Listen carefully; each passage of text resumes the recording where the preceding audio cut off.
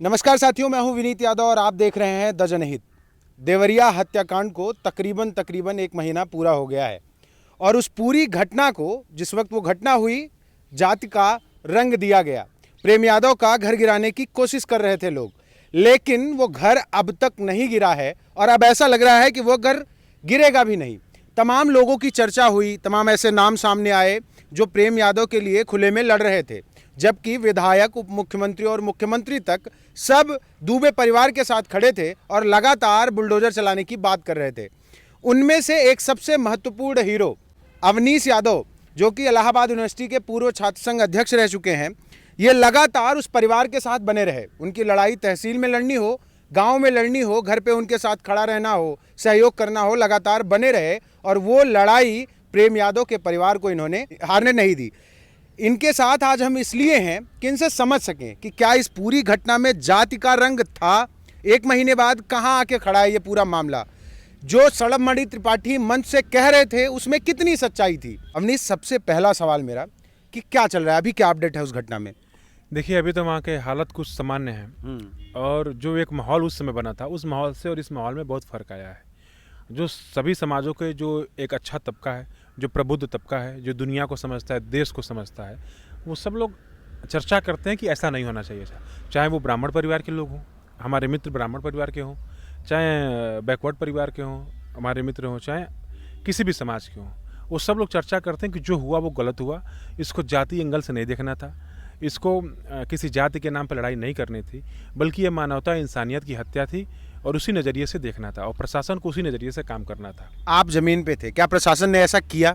देखिए, प्रशासन की जो भूमिका थी, तो प्रशासन, आप जानते हैं, हम सभी जानते हैं कि कहीं ना कहीं सरकार के दबाव में काम तो करती है, लेकिन इसके बावजूद भी प्रशासन की कुछ भूमिका मुझे ठीक लगी कि जिन्होंने बहुत हद तक लॉ एंड ऑर्डर को संभालने का प्रयास किया और उसमें वहाँ के जो कुछ आला अफसर थे जिन्होंने अपनी जिम्मेदारियों को निभाया और शायद उसी की वजह से वहाँ के माहौल कुछ ठीक हुए।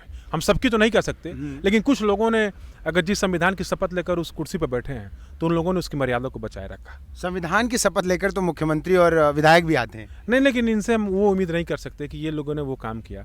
अगर ये लोग शुरू से इस घटना पर नज़र डाले होते, अगर न्याय दे दिए होते शुरू में ही, दोनों परिवार न्यायालय में जाते थे, डीएम के यहाँ, एसडीएम के यहाँ जाते थे, अगर वही न्याय मिल गया होता तो आज ये घटनाएं नहीं घटी होती। बड़े आरोप लगते हैं अवनीश की तमाम जो ये पूरा घटनाक्रम था, इसमें सलभमणि त्रिपाठी जिस तरीके से इन्वॉल्व हुए, उसके पीछे एक बैकग्राउंड स्टोरी थी। आप वहाँ जमीन पे थे, क्या इसमें कुछ सच्चाई है? क्या पुरानी कोई दुश्मनी निकाल रहे थे विधायक जी इन लोगों से?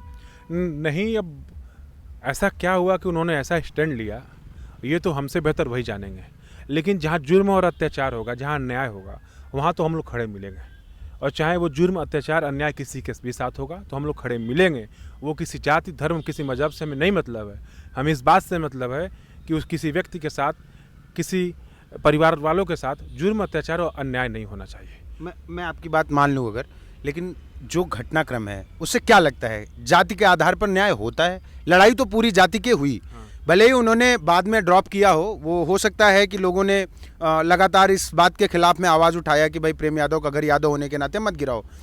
आप जमीन पे थे, सच सच बताइए ऑनेस्टली कि क्या लगता है कि आप तो मान लिया तटस्थ है, आपको फ़र्क नहीं पड़ता कि कौन किस जाति का है, आप सबका भला चाहते हो, आप अच्छी बात बोल रहे हो, ये अच्छी बात है और एक युवा नेता के ये गुण अच्छे हैं, लेकिन हकीकत क्या है, ज़मीन की हकीकत क्या है? ज़मीन की हकीकत ये है कि कोई नहीं चाहता था कि ऐसा हो, कोई नहीं चाहता था कि ऐसा हो। दो लोगों का आपसी विवाद था, उस आपसी विवाद में दोनों परिवार की कुछ जान चली गई और उस घटना के बाद सबको दुख था। लेकिन उसके बाद जो हुआ, जो उसके बाद महापंचायत, हिंदू परिषद का महापंचायत, ईस्ट परिषद का महापंचायत हुआ, इन घटनाओं से लोगों को चोट लगी। क्या जो समाज का जो बैकवर्ड वो हिंदू नहीं था? तो हिंदू समाज के लोग केवल एक जाति के लिए महापंचायत में आए, एक समाज के लिए मंचों से बोले और यहाँ तक कि एक वहाँ साधु की भेष में एक वहाँ व्यक्ति बैठा है जिन्होंने एक जाति को जाहिल कहा, अनपढ़ कहा, गवार कहा।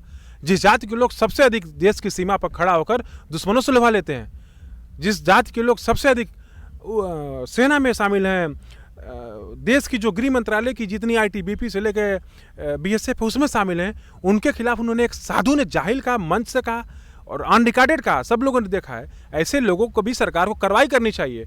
और वो साधु नहीं है, वो साधु के भेष में एक फरेबिया है जो समाज का बांटने का काम करता है। सरकार कार्रवाई करेगी? सरकार, अच्छा बताइए, आप वहीं थे, योगी जी गए थे ना, जी गए थे। उप मुख्यमंत्री गए थे, जी। कोई गया था क्या प्रेम यादव के परिवार से कोई- मिलने? तो कोई ये नहीं- कैसे कार्रवाई करेंगे? कोई नहीं मिला था। लेकिन हम तो इस न्यायपालिका में, लोकतंत्र में आवाज़ तो उठाएंगे ना। अगर वो सो गए हैं तो उनको जगाने का भी तो काम करेंगे। शायद हमारी आवाज़ से उनके कानों पर जूरेंगे और जगें और ऐसे लोगों पर अंकुश लगाए और कानूनी कार्रवाई करें जो लोग समाज के अंदर जहर बोना चाहते हैं। ये हिंदुस्तान सबका है। किसी कवि ने कहा था कि न तेरा है न मेरा है, ये हिंदुस्तान सबका है। अगर न समझी जाए बात तो नुकसान सबका है। अगर उसकी बात को ये लोग नहीं मानेंगे तो नुकसान वास्तव में सबका हो जाएगा। इसलिए कानून और प्रशासन काम करे और जो भी ऐसे लोग हैं जो उल जुलूल बोध कर समाज को बांटना चाहते हैं उनके ऊपर कार्रवाई करें। कानून और प्रशासन, लेकिन शासन का क्या? शासन में जो लोग बैठे हैं वो खुले मन से ये बात कर रहे थे। मैं बार बार कह रहा हूं कि आप तटस्थ हैं, ये बात सही है, लेकिन क्या निवारण है इसका? जब शासन में बैठा, सत्ता में बैठा मुख्यमंत्री डायरेक्ट ये बात कहता हो कि नहीं हम बुलडोजर चला देंगे, और जाता भी है तो किन से मिलने जाता है? खुली बात है। आप कई रातों में, जब उस वक्त में एक ऐसा दौर था, मुझे लगता है जब मुश्किल दौर था, जब लगातार बुलडोजर चलने की बात हो रही होगी, तो क्या किसी रात आपको ये ख्याल आया कि इस प्रदेश में अब सिर्फ सवर्ण होने के अलावा किसी और जातीय वर्ग का होना खतरनाक हो सकता है, जानलेवा हो सकता है? क्यों नहीं, हमेशा ख्याल आते हैं। जब हम लोगों के ट्विटर पे, फेसबुक पर कुछ तरीके के लोग जब उल्टी सीधी बात लिखते थे, जब कुछ कमेंट ऐसे करते थे, लेकिन हम लोग उसी दौरान याद करते अपने महापुरुषों को, चाहे वो भगत सिंह हो, चाहे महात्मा गांधी हो, चाहे नेताजी सुभाष चंद्र बोस हो, चाहे लोहिया हो। इन लोगों को भी हम लोग याद करते हैं कि उस दौर की हुकूमतों ने उनको पता ना किन किन शब्दों से नवाजा, उनको जेलों में रखा, उनको सजा दिया, उनके साथ इतनी छोटी उम्र में फांसी दे दी, लेकिन वो अपने रास्ते से नहीं कभी अलग हुए। तो उन्हीं को मानने वाले हम लोग भी लोग हैं। कितने भी ये सरकार जुर्म अत्याचार कर लेगी, सच्चाई सामने आएगी और हम लोग भी लड़ाई लड़ेंगे और अपने हक और अपने हकूक़ की आवाज़ को बुलंद करेंगे। और हमेशा जीत सत्य की होती है। अन्याय जुर्म हमेशा हारने का काम किया है और आगे भी हारने का काम करेगा। लेकिन उनकी लड़ाई बाहर से आए आताइयों से थी, आपकी लड़ाई अपने चुने हुए तंत्र से है। आपने जो शासन में चुना है वो आपका चुना हुआ व्यक्ति है, कोई बाहर से नहीं आया ना। जब आप लोकतंत्र में नेता चुन चुके हैं, फिर आप उनसे कैसे लड़ने वाले हो? वहाँ जो सुभाष चंद्र बोस या महात्मा गांधी की बात आप कर रहे हैं, वो लड़ाई तो किसी बाहर वाले से थी। घर में आपने जिसको चुना है अपना मुखिया, वो आपके साथ ये डिस्क्रिमिनेशन कर रहा है। देखिए, ये लोग वही लोग हैं जो उस दौरान अंग्रेजों के साथ मिले हुए थे, जो उनकी मुखबिरी करते थे, उनके साथ रहते थे। तो ये भी लड़ाई उन अंग्रेजों से कम नहीं है। वो अंग्रेज चले गए और उनके छोड़े हुए अंग्रेज यहाँ रह गए। तो इसलिए जो लड़ाई चल रही है उन्हीं अंग्रेजी लोगों से चल रही है, जो उनकी मुखबिरी करते थे, उनके साथ थे, जिनकी आज़ादी की लड़ाई में कोई योगदान नहीं था। और जिनकी आज़ादी की लड़ाई में योगदान था उनको मानने वाले हम लोग हैं। तो वो उनके छोड़े हुए लोग हैं और हम लोग भगत सिंह, महात्मा गांधी, नेताजी सुभाष चंद्र बोस और चंद्रशेखर आज़ाद के छोड़े हुए लोग हैं। अभी क्या माहौल है गांव का इन सारी घटनाओं के बाद? गांव का माहौल तो बहुत ठीक नहीं है। गांव में पुरुष के नाम पर कोई नहीं है। आए दिन पुलिस अफसर हैं, वो जाते हैं गांव में, महिलाओं को परेशान करते हैं, वो शब्दों का इस्तेमाल करते हैं शायद जो सभ्य समाज में जिस शब्दों का इस्तेमाल हम और आप नहीं करते होंगे, और सबको परेशान करते हैं। जिनका मुकदमे में नाम नहीं है उनके भी घर जाते हैं पुलिस, उनको परेशान करती है। अगर कोई थोड़ा भी गांव का सामाजिक इंसान है, एक्टिव आदमी है, अगर वो अन्याय के खिलाफ बोल दिया तो उसको परेशान करने की पूरी साजिश सरकार द्वारा, उनको जेल भरने की पूरी साजिश सरकार द्वारा है। तो ऐसे हालात में मैं, चूँकि उत्तर प्रदेश के मुखिया केवल एक पार्टी का नहीं होता है, मुख्यमंत्री एक पार्टी के नहीं है, वो हमारे भी मुख्यमंत्री हैं। मैं उनसे भी निवेदन करूंगा कि प्रदेश के अंदर न्याय हो, अन्याय न हो और किसी निर्दोष साथी को जेल में न भेजा जाए, उसको फर्जी मुकदमे फंसाकर उसका जीवन मत बर्बाद किया जाए, नहीं तो फिर हम लोगों को उग्र आंदोलन के लिए बाध्य होना ही पड़ेगा। आखिरी बार आपकी मुलाकात प्रेम यादव के परिवार से कब हुई और वो उनकी मानसिकता कैसी है? क्या वो डरे हुए हैं? देखिए, आखिरी बार मैं क्या कहूँ, चूँकि मेरी भी कोई बहन नहीं है और वो 3 बहनें हैं, तो मैंने 3 बहनों को अपना ही बहन मान लिया। और उन्होंने इस दुख की घड़ी में एक भाई को जिस तरीके से गले मैंने उनको लगाया, उन्होंने मुझे लगाया, तो मैं उनके सारे दुख दर्दों को समझता हूँ। और दुनिया का सबसे बड़ा कष्ट है कि जब किसी पुत्री के सर पर उसके बाप का साया ना हो।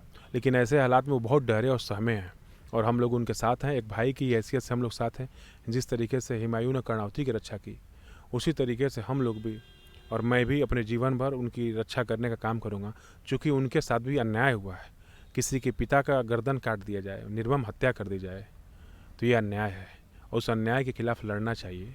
और हम लोग हमेशा लड़ेंगे। क्या लगता है आने वाले वक्त में प्रियम यादव को न्याय मिलेगा या उनका घर गिराने की कोशिश सरकार फिर कर सकती है? अब सरकार अगर कोशिश ऐसी करेगी घर गिराने के लिए तो फिर हम लोग लड़ाई लड़ेंगे, और घर तो नहीं गिरने दिया जाएगा। और न्यायपालिका पर मुझे भरोसा है, जिस तरीके से न्यायपालिका ने अभी हमें फैसला देकर उस घर को सुरक्षित रखा, उसी तरह आगे भी न्यायपालिका सुरक्षित रखेगा। और अगर सरकार की मंशा यही रही तो हम लोग बुलडोजर का मुंह भी मोड़ने का काम करेंगे। ये वो दौर है जब विपक्ष को खत्म किए जाने की साजिश रची जा रही है और उसमें बड़ा हाथ विपक्ष का भी है। ऐसे में अवनीश यादव जैसे युवा नेता जो जमीन पर लोगों के हक अधिकार की लड़ाई लड़ने के लिए अपना सब कुछ दांव पर लगाते हैं, लगातार पीड़ितों के साथ खड़े रहते हैं, ऐसे नेताओं का महत्व बढ़ जाता है। इसलिए हमने अवनीश से बात की, आखिर उस पूरी लड़ाई में इनका क्या अनुभव रहा, किस तरीके का माहौल उत्तर प्रदेश में है, किस तरीके का माहौल देवरिया में है, और कैसे शासन में बैठे लोग बाकियों के साथ दुर्व्यवहार करने से बाज नहीं आ रहे हैं। न्याय तो छोड़िए, न्याय के बारे में सोचना भी ये बंद कर चुके हैं। हमारे साथ बने रहिए, चैनल को सब्सक्राइब नहीं किया तो सब्सक्राइब जरूर करिए। इस पूरे मुद्दे पर आपकी क्या राय है हमारे कमेंट बॉक्स में जरूर बताइएगा। धन्यवाद।